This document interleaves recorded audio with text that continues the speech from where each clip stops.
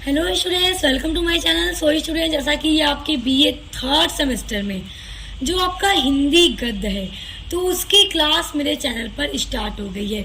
जो आपका new syllabus है एनपी 2020 के अकॉर्डिंग उसकी क्लास मैंने शुरू कर दी है और मैंने कितनी सारी क्लास तो आपकी पूरी कंप्लीट करा दी है, वो भी पूरे नोट्स के साथ, अच्छे से एक्सप्लेनेशन के साथ। तो देखिए, यूनिट नंबर 1 तो आपका पूरा कंप्लीट हो गया, यूनिट नंबर 2 चल रहा है और यूनिट नंबर 2 में भी कई सारी वीडियोस अपलोड कर दी है मैंने।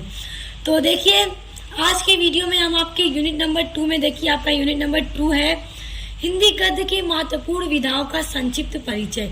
हिंदी गद्य की जो महत्वपूर्ण विधा है वो कौन कौन सी है, उनमें कितनी विधा तो मैं करा चुकी हूँ। और आज की वीडियो में हम संस्मरण और रेखा चित्र, इन दो विधाओं के बारे में पूरा पढ़ेंगे कि ये संस्मरण और रेखा चित्र क्या है।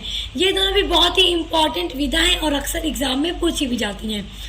तो एक बात और आपको बता दूं कि अगर आप पूरी क्लास अभी तक नहीं किए हैं तो इस वीडियो के डिस्क्रिप्शन बॉक्स में मैं आपको हिंदी गद्य की प्लेलिस्ट की लिंक दे दूंगी। तो इस वीडियो को पूरा वॉच करने के बाद आप लोग डिस्क्रिप्शन बॉक्स में जा करके प्लेलिस्ट की लिंक ओपन करके अपने पूरे क्लास को कर सकते हैं। तो चलिए आज की वीडियो स्टार्ट करते हैं। देखिए, संस्मरण क्या है, ये एक हिंदी गद्य की विधा है। आइए इसको देखते हैं। संस्मरण, इसका आप इस तरह से भी एग्जाम में लिख सकते हैं कि संस्मरण का अर्थ। देखिए, संस्मरण शब्द जो है वो सम उपसर्ग पूर्वक स्मृति से बना है। स्मृति का मतलब होता है याद करना। देखिए, धातु में ल्यूट प्रत्यय के योग से निष्पन्न होता है, यानी इन्हीं शब्दों से जो संस्मरण शब्द है वो बनता है, निकलता है, और जिसका अर्थ होता है सम्यक स्मरण, यानी कि अच्छी तरह से स्मरण करना या फिर अच्छी तरह से याद करना। देखिए, संस्मरण वही होता है जिसमें राइटर किसी स्मृति का पूरा वर्णन करता है। देखिए, हम अपने जीवन में अनेक व्यक्तियों से मिलते जुलते रहते हैं। जाहिर सी बात है, आप, हम और इस दुनिया में सभी लोग रोजाना अपनी जिंदगी में अनेक तरह के लोगों से मिलते हैं। कभी हम कहीं और घूमने जाते हैं ट्रैवल पर तो हमें वहां पर दूसरे तरह के कल्चर के लोग देखने को मिलते हैं। मतलब हम हमेशा दूसरे भिन्न तरह के लोगों से मिलते रहते हैं। और संसार का जो साधारण व्यक्ति होता है, यानी कि आमतौर से बात करें तो सभी व्यक्ति उन क्षणों को, उन पलों को प्रायः भूल जाता है कि वो जब वहां पर गया था तो उसने क्या देखा था, किस तरह के लोगों को देखा था, उसके साथ उस वहां पर क्या क्या घटनाएं हुई थी। मतलब अक्सर ना कुछ लोग भूल जाते हैं, बहुत कम लोग होते हैं जो याद करते हैं। और देखिए, बहुत कम लोग भी ऐसे होंगे जो डायरी लिखते हैं। मतलब आज उनकी लाइफ में क्या हुआ वो डेली लिखते हैं। इसलिए वो लिखते हैं कि कभी भी उनको वो दिन भूले तो वो उस डायरी को ओपन करें और उसको पढ़ें और स्मृति कर लें, यानी उन पलों को याद कर लें। तो देखिए, वही कहने का मतलब है कि हम डेली अपने लाइफ में किसी न किसी से मिलते रहते हैं।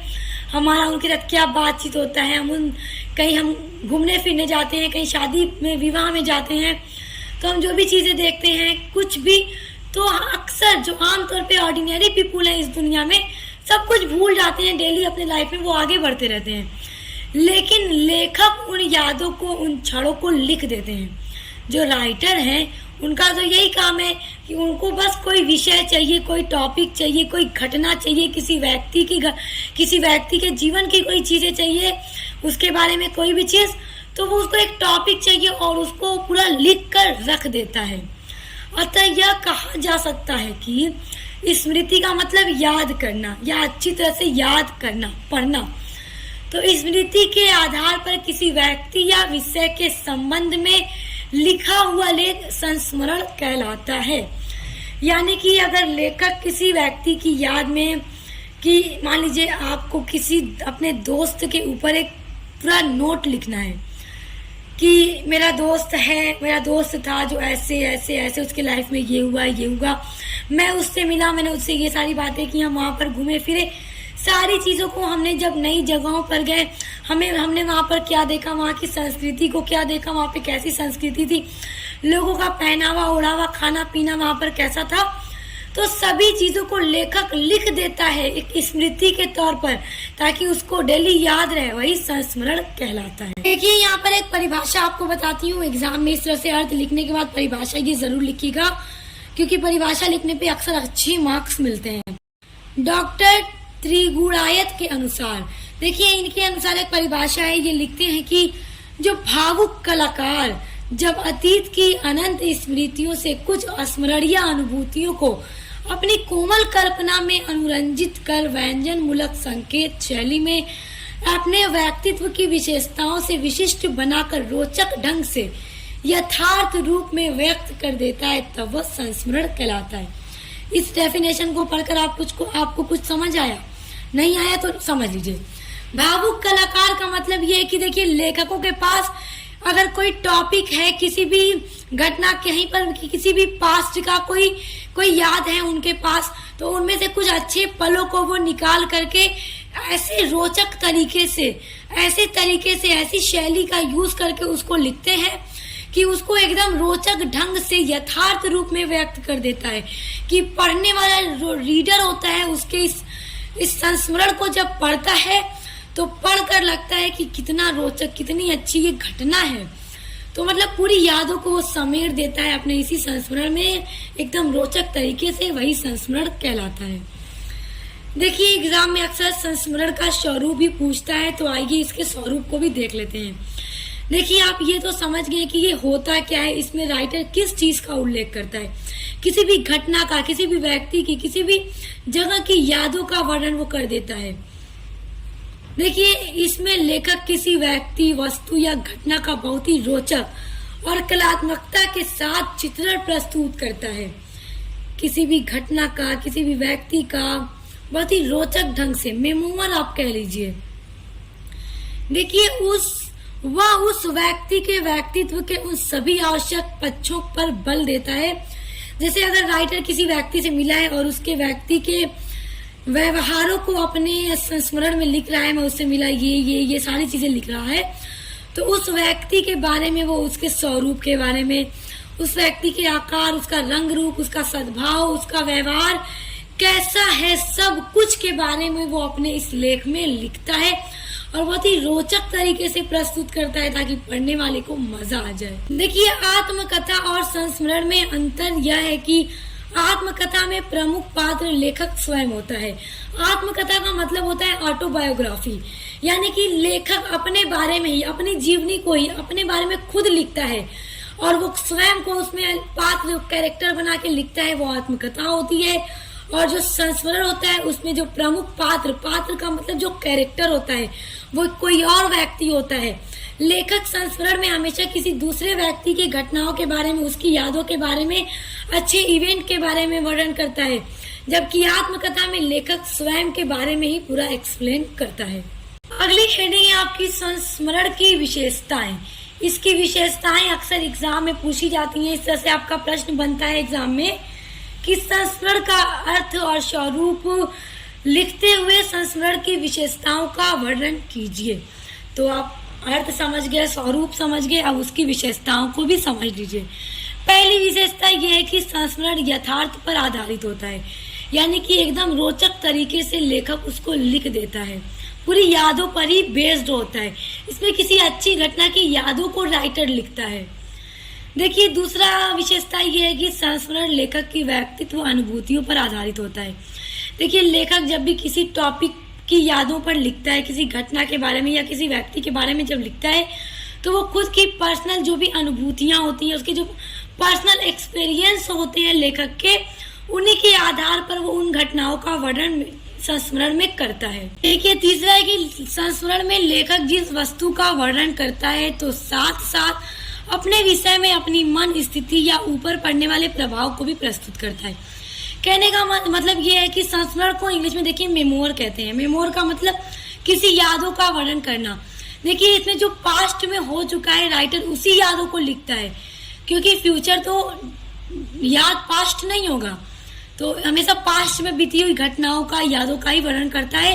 और जब अपने एक्सपीरियंस के बारे में वो किसी घटना का वर्णन करता है मेमोर में, संस्मरण में, तो वो अपने मन में आने वाले एक्सपीरियंस को लेकर और उस पर पड़ने वाले प्रभावों को भी वो व्यक्त करता है कि मतलब ये मेरे एक्सपीरियंस हैं, इन यादों पर इस तरह से क्या क्या प्रभाव पड़ रहा है, सारी चीज़ों को भी वो उसमें लिखता है। चौथी विशेषता ये है कि संस्मरण में लेखक आत्मतत्व, संवेदना और अनुभूति का सुंदर समावेश होता है। यानी कि जब भी राइटर मेमोयर लिखता है तो वो किसी घटना के बारे में ही लिखता है, तो उसमें वो अपने जो आत्म तत्व होते हैं, खुद के जो उसके ख्याल होते हैं उन पास्ट में हुई घटनाओं के बारे में, खुद के एक्सपीरियंस को लेकर ही वो पूरा चित्रण खींचता है कि मेरा उस घटनाओं को लेकर ये एक्सपीरियंस है, ये सारी चीज़ों को एक्सप्लेन करता है। उसके बाद अगली विशेषता ये है कि संस्मरण में स्मरणकर्ता और स्मरणीय दोनों की समापन स्थिति होती है। यानी वो अपने जो एक्सप्लेन कर रहा है, जो स्मरण लिख रहा है, वो अपने एक्सपीरियंस को भी लिखता है और जिसके बारे में वो लिख रहा है उसके बारे में भी वो लिखता है। तो ये कुछ विशेषताएं थी, आई होप आप इसको समझ गए होंगे। तो देखिए संस्मरण क्या है वो यहाँ पर खत्म होता है। देखिए जो आपकी हिंदी गद्य की अब अगली विधा है वो है रेखा चित्र। रेखा चित्र भी आपके एग्जाम में अक्सर पूछी जाती है, तो ये नोट्स मैंने आप लोगों के लिए बनाया है, तो आप लोग चाहें तो इसको स्क्रीनशॉट भी कर सकते हैं। देखिए रेखा चित्र को समझते हैं। रेखा चित्र का अर्थ क्या है? देखिए रेखा चित्र जो है वो इंग्लिश के स्केच शब्द का हिंदी अनुवाद है। स्केच आप लोग जानते हैं ना। देखिए अगर आपको ड्राइंग करना है तो आप पहले उस कलर करना है, पेंटिंग बनाना है, आप पहले उसका स्केच बनाएंगे, तो उसी को हिंदी में रेखा चित्र कहा जाता है। देखिए रेखा चित्र शब्द जो है वो दो शब्दों के मेल से बना हुआ है। रेखा परस चित्र, जिसका मतलब ये होता है कि रेखाओं के द्वारा बनाया गया चित्र। देखिए यहाँ पर आपको एक एग्जाम्पल के थ्रू समझाती हूँ कि अगर कोई कलाकार है, उसको कोई स्केच बनाना है, कोई पेंटिंग बनानी है, सबसे पहले वो स्केच को खींचता है, उसके बाद ही तो उसमें रंग भरना शुरू करता है।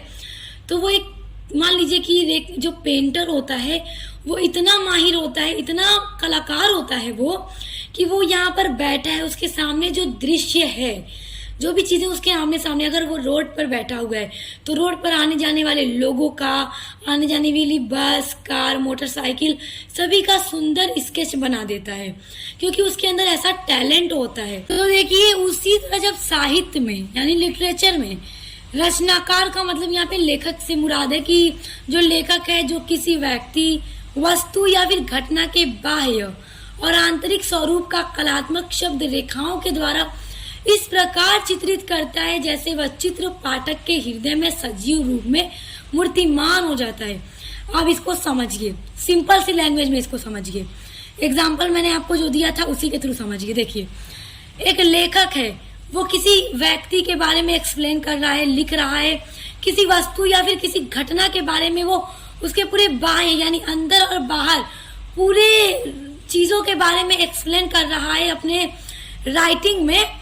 तो वो इस तरह से उसको लिखता है, इस तरह से कि जो पढ़ने वाला रीडर होता है जब उसको पढ़ता है तो उसकी आंखों में उसी तरह का चित्र दिखता है, उसके हृदय में यानी उसके दिल में उसी तरह का एकदम सजीव चित्र खिंचा जाता है।